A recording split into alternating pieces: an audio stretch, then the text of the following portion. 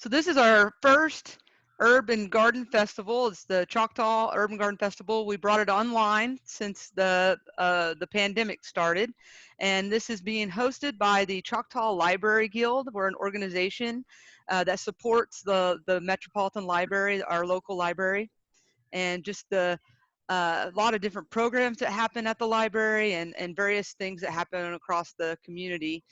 And with us today, we have a couple panelists. The first panelist is Vicki Cook, and she is with 4C Ag Michael Service. changed, so we're good to go. Cool.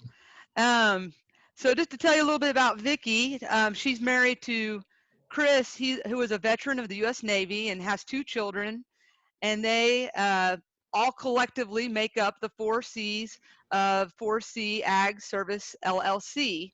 And Vicki went to, let me make sure I say this right, Tarleton State University, and has a degree in animal production. She also has her alternative teaching certificate in agriculture and elementary education. Oh, Vicki just recently retired from her job, her off-the-farm job. She was a teacher at Jones Elementary School for 15 years. And she's now pursuing her farming career and will continue to host these wonderful farm camps that she has for students 4 to 12, ages 4 to 12. And then she has various adult workshops, and she's going to be hosting various farm themed parties at her location, and because she has a certified farm kitchen. And they also own a farm store, Vicki and her husband, and greenhouse where they sell, the fresh beef, the pork and the poultry, eggs, garden plants, succulents, and greenhouse gifts. And I've got her information in the chat here along with Michael's information with, I don't want to butcher your name, Ruzycki Farms, correct? That's it. Ah, good. And both of their information is available. Michael, can you tell me some things that you have available with your farm and flower business? Yeah, so this year we've got annual bedding flowers. So lots of vegetable plants, starts for your gardens, herbs, a little bit of everything. We've actually got vegetables coming off right now. So tomorrow from 2 to 6 on the farm, we'll be having a market. And produce. Yep. Awesome. Well, I put both your contact information in the chat, and I'll be sending it out as well on our Library Guild Facebook page. So please find them. They're both participating in the Curbside event that's going to be on May 23rd. And that's going to be at the Choctaw Metropolitan Library at pickup. You can do pre-orders and pick those items up on May 23rd from 11 a.m. to noon. All right. The first question, let's go ahead and answer this one. What is a farm kitchen? The farm kitchen is a brainstorm I had. I needed a space for my farm camp to teach some of the older students, after picking things in the garden, how to actually prepare it, because we actually dig potatoes and cook them. And this year we're going to go a step farther and do a presentation and take photos and teach them how to make a social media presentation. So I had a farm kitchen, but we had to have a place to sell our beef and meat products. So I decided to make the farm kitchen a certified commercial kitchen, so that if somebody wanted to get their special recipe that their grandmother made, special pickles, and get those canned so they can sell at the farmer's market, they're able to lease my kitchen and have a certified place to make their products and sell. Very cool. Another question we already have in the chat. Either of you that are comfortable, just jump in and answer. This question is, how can you tell when your soil needs to be refreshed or left to rest? I would say the easiest way that you're going to tell is the look of your plants. So if you've got a garden or flowers, whatever growing, and your leaves are a little yellow, or maybe you're not getting the fruit that you think that you should, it's not producing, the yields aren't where they should be, the size of the plant, something like that, then that's going to be your first indication that you should probably add something to the soil. Do a soil test would probably be the best thing at that point. Is there an easy way to do a soil test, or? OSU, the college does it. You can send them your soil. I think they have a kit that you can get from them. We Okay. did that for our pastures, and they have a kit, and they explain to you how to go about doing it and taking all the samples, and then send it in, and then they will get you your results. Shelby, I want to make sure I say your question right. I think you, why don't you say your question out loud? Are either of you familiar with, I think it's pronounced Wallapini, or pit greenhouses that are like underground? Yeah, I'm familiar with it. I've not used one, but yeah, they're super efficient. You're going to keep your heating and cooling at a minimum. So, yeah. Best thing to do is what kind of soil you've got before you decide that that's the route you're going to go. If you're in rock or clay, then you're going to have a hard time achieving that. I have it's an in-ground pool. It's all concrete, so it's all, but we're not using the pool. And I thought instead of just filling it in and covering that space, that if I could, you know, put some good quality dirt in there and then just put a top on it, that I could have a year-round greenhouse without spending all the materials to build one above ground. Do you think that would work, maybe? Well, I think it's an excellent idea, and I love how you think, but you have to make sure you have the right amount of drainage. That would be my biggest worry on that. Yeah. Okay. Whatever modifications would be necessary to do that, I'm sure you could, you know, figure it out, but that would be the main thing is drainage. Okay, thank you. So Mary Simpson has a question. She says, our tomato plants are looking very different this year with leaves not opening up and almost shriveled up. There are blooms present though, but there are blooms present. What would cause this and how can I correct it? Definitely sounds like a deficiency, something in the soil. Either that or may have gotten spray, something, a chemical drift on it. Do you think the cold snaps may have had something to do with some, maybe? The cold maybe, they're definitely not liking the cold. I know tomatoes aren't really growing very much outdoors right now, but it's probably not going to cause them to shrivel, the leaves to turn and curl. Depending on what kind of soil if you've added anything, or maybe even a straw, sometimes people use, you know, straw or mulches that have been sprayed with a chemical. One of my first years, several years ago, I had that issue, and I lost over 100 tomato plants. They just, you know, it was supposed to be clean straw, and it was sprayed. And Wow. that made it, yeah.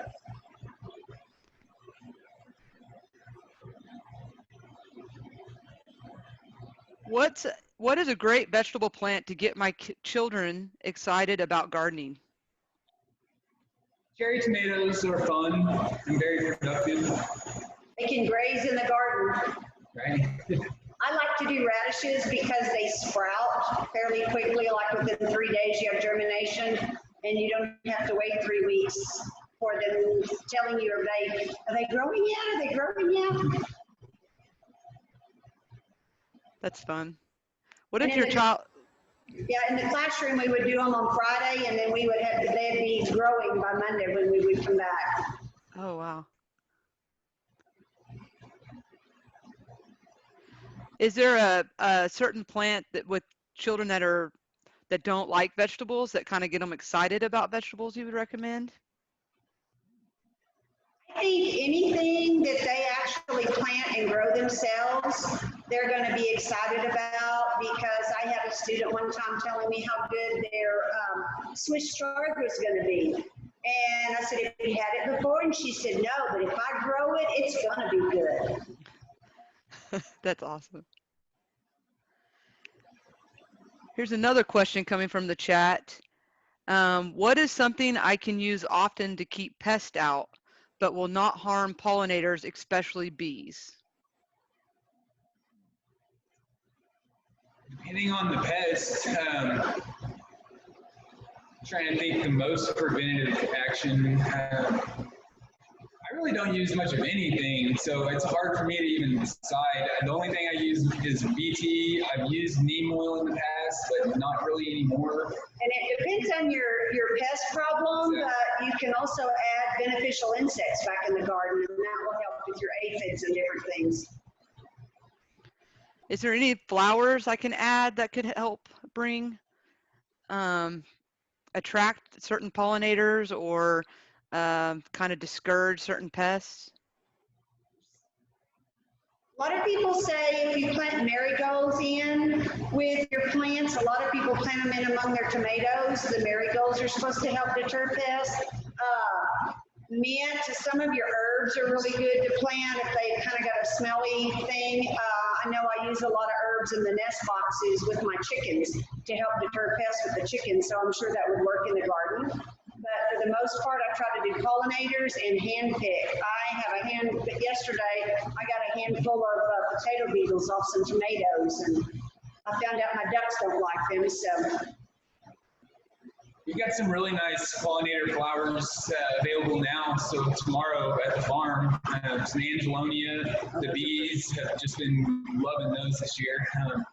I think what else we got? Begonias. Quite a few different annual bedding flowers right now that will work well in the garden.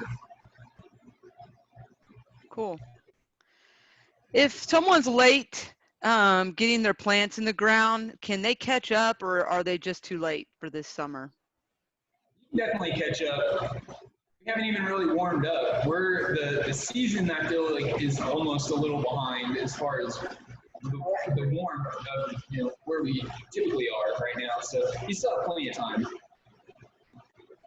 I feel like we may actually have a long summer. Another question from the chat. Are there some kinds of plants that should be planted near each other? Definitely plants that do better near each other, some than others. Off the top of my head, I couldn't. Well, I know that I like to do basil near my tomatoes, and sometimes that works well. I just did that yesterday. Yeah. Interplanted all basil with tomatoes. But they're just like, plants are like people. You do well with others and some you don't. We plant lettuce under our tomatoes, anything that kind of will cover the ground quickly and help to shade and keep that soil cooler. And that was another question you talked about having is some of the vegetable plants that are shade loving, like lettuce and Swiss chard, maybe don't like as much sun as other plants. Okay. Is for the heat of the summer, is certain vegetables need to be more partially shaded? Any recommendation if somebody has a partially shaded garden or mostly shaded garden? A little shade throughout the day is going to be probably a little beneficial, actually. The summer, Oklahoma summers are pretty brutal. So when it says full sun, most plants don't want Oklahoma full sun. So if you're getting a little bit of shade throughout the day, then you're going to do just fine. Tomatoes. One thing I've always noticed is when we get into August heat and it's over 100 degrees, tomatoes will just shut down. About September when it cools down, I call it the tomato half-life. It's like they just come back to life. I've had tomato plants 5 feet tall and just completely dead from the ground up to that point, and then just come back to life and look like they're just hovering. Wow. Wanted to keep the soil cool and won't be as big of a problem for the hottest part of the summer. Heavy mulch helps. This question is sent to me through the chat. Are there any tips or tricks to keep weeds down? Like, should I be putting grass clippings in my garden or something similar? Definitely not grass clippings. I've seen grass grow from grass clippings, so in an area with no grass. So depending on what it is and if there's seed in it, I would say cardboard, and just use anything to keep it. Well, I had a leftover round bale when the pasture was coming on. The cows were eating the round bale, and I used a leftover round bale, and it worked okay. I may be regretting it this year when it starts growing and pulling out a lot of that grass. And some people use, it depends on if the plant is liking something more acidic, you might use pecan hulls or different things like that. Pine needles. And yeah, pine needles work. And then also you can install your own plastic mulch. It's not as easy without the special little machines, but you can put the weed barrier fabric down.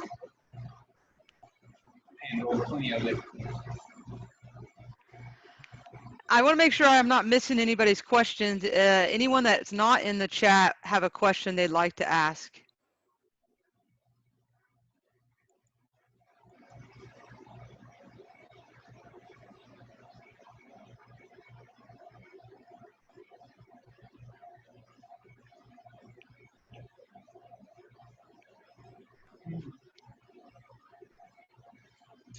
Well, we were talking about the shade plants. I did some research today because somebody else was asking, but lettuce and Swiss chard, arugula, you can do collard greens, rhubarb kind of likes shade, spinach, bok choy, mustard greens are some things that you can use that are shade loving plants if you don't have enough sun.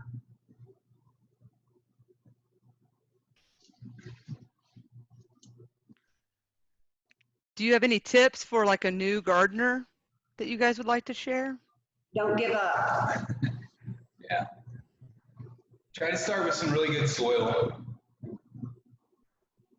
And don't be afraid to ask questions and join all the gardening Facebook groups or follow Michael and I. We're happy to answer any questions that anybody has. Raised beds make things simple. Making things as simple and as fun as you can is going to keep you interested in it longer and make it more enjoyable.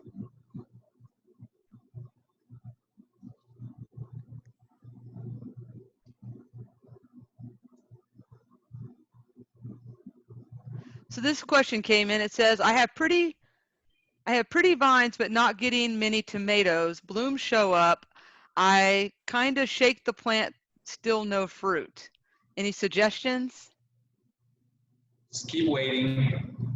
It's still early. Yeah, it's not quite warm enough yet, but if you're still having problem later, I remember my grandmother, we thought she was killing her plants, but she would beat them with a broom to really shake them up and get the pollination going. So that's another tip from an old person. Is there a way to keep the birds out of your garden? You have any tips for birds? Reflectors, maybe.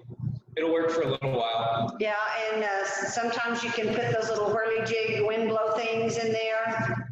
And I don't know, I've heard to keep other kind of pests like squirrels and things out that you can put some Irish Spring soap around, but I've not tried that yet. But I have more problems with squirrels than I do birds. Making sure I haven't missed any other questions. Does anybody have any questions they want to ask live?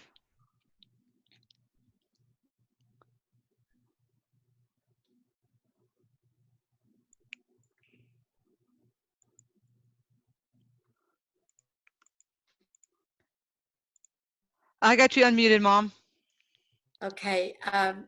Should you put fertilizer in your garden every year? Like, and rototill your garden? Should you put the fertilizer in it?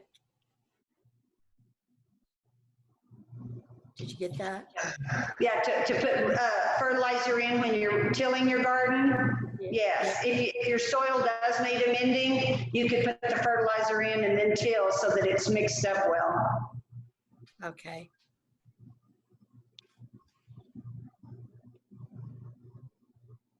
You can also fertilize right at the plant to save your fertilizer and not to encourage weed growth throughout the garden.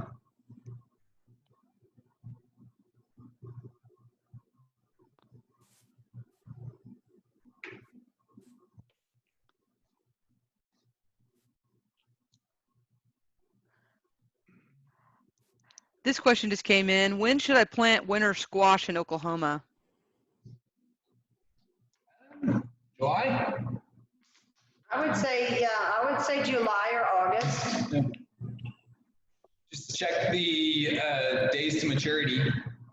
Some of them are around 100. They could be up to 120. So, I mean, 20 days difference is going to be big if we have an early frost.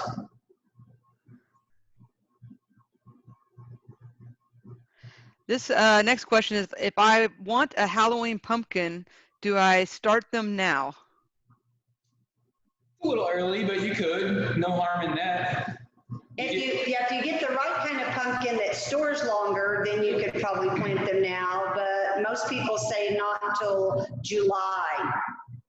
I've always been told to plant them July the 4th, so you'll have pumpkins on Halloween. We've also had pumpkins stored.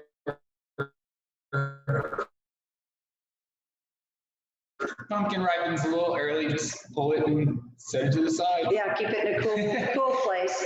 2 years ago, we started early and we had pumpkins, I think it was in July, right? Oh. In July. There's a special time.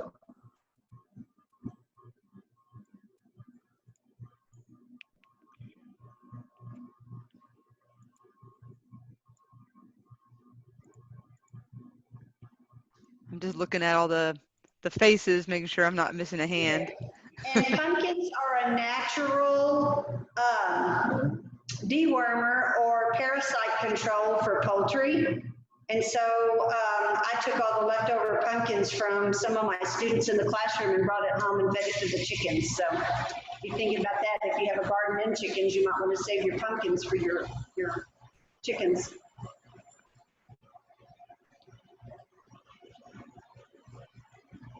Well, can you tell us a little bit about what you guys have to offer right now and what's coming up for your businesses? Okay, you go first. You're open tomorrow. Sure. So tomorrow from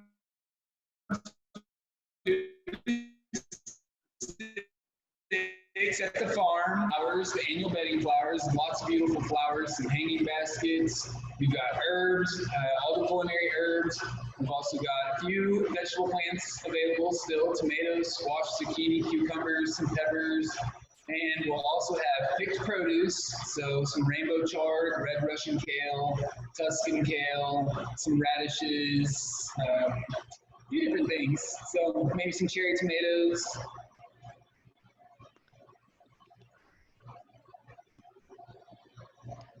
And then, since I just recently retired, I am going to start posting some regular farm hours. Our farm camp starts the month of June. Our first week is the 4 to 5 year olds, and then the older kids come later.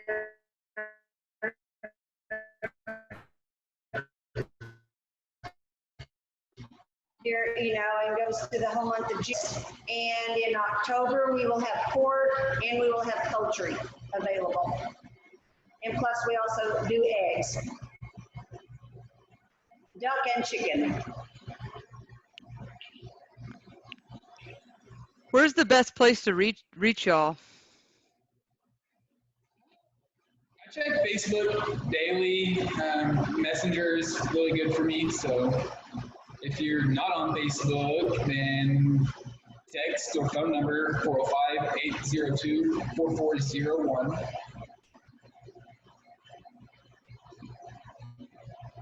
And the same goes for me. I have Facebook, Instagram. We have a website where you can sign up for our monthly email newsletter. So I send out information on what we have available, what's coming up, so you don't get left out on anything.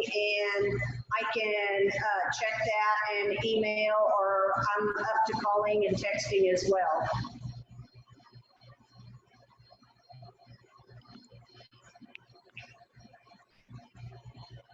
Do we have any other questions? Anybody want to ask a question live or put one in the chat?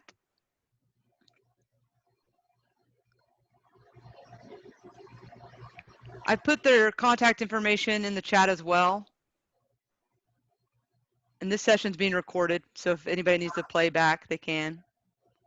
And then I'm on again on Monday, and I'm doing a seed sprouting workshop on how to sprout like alfalfa sprouts or sunflower sprouts, but like the sprouts that you put on your salad at the salad bar, on how you can do those at home. So that'll be a family event. Kids can do it, but adults can do it as well. And what I'll have available are the kits that you can purchase to take home, and then if you give me your email address, I can send you the free downloads that has all the information and how to, so you can make as many as you want. After if you've got 6 kids and you want them all to have one, well, you can make more at home. And then I also, don't forget, we have the silent auction, and I've donated a succulent container for the silent auction that they'll be available to try your hand at. Yes, the vendor list and the silent auction are posted tonight, and so there'll be bidding. It's a Facebook album that's found at the Choctaw Library Guild Facebook page, and you can actually bid in the on the photos in the comments, and the bidding will go all the way through Friday the 22nd at noon is when the bidding cuts off. So excited. We have lots of fun items available for the silent auction, and all that benefits the Library Guild. Just to tell everybody a little bit about the Library Guild, we are a big supporter of our local Metropolitan Library and a lot of the programs that we offer there. We usually fund their yoga class, as well as we've paid for their furniture, but historically we were a big organization, a grassroots organization that actually got the library to our city, and they did every fundraiser they could to get the land and get the momentum, and finally got enough momentum to get a bond passed that we were able to bring a library to our town. So this has been an organization that's existed for a long time, and we're just excited to see it to continue. And all of that, all of what we do ends up supporting the library and various community programs through the library. Any other questions before we sign out? Oh, we have a new one. Do you both sell plants as well as the vegetables that you grow? Yes. I mostly have succulents and cactus in the greenhouse at this time, but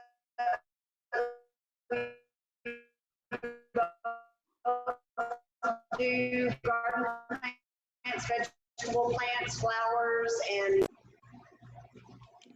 we're totally open to suggestions. So I love to custom farm. So if there's something that you guys can't find, or that you just had maybe as a child and haven't, had it in several years, let me know and I'll grow it.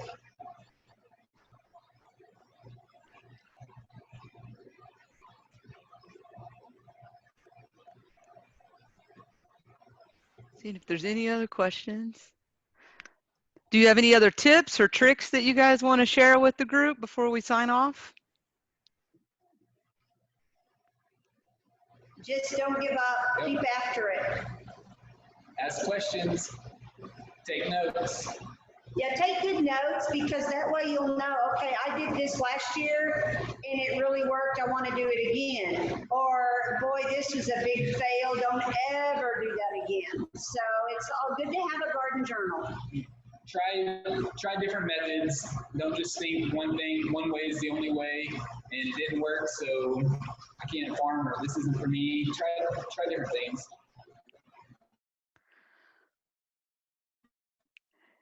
Is there any tips or tricks for Choctaw sandy soil? I'm going to come out and shop the farm. Oh, sorry, it cut out there for a moment and froze. I didn't mean to Yeah. cut you off. I think it could be on my end too. Is there any like suggestions you have for Choctaw sandy soil?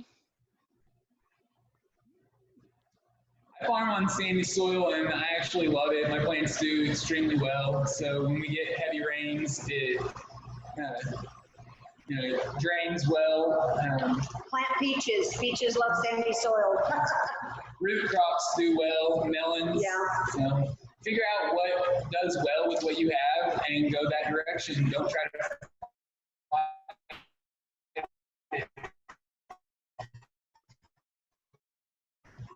Mother Nature will always beat you.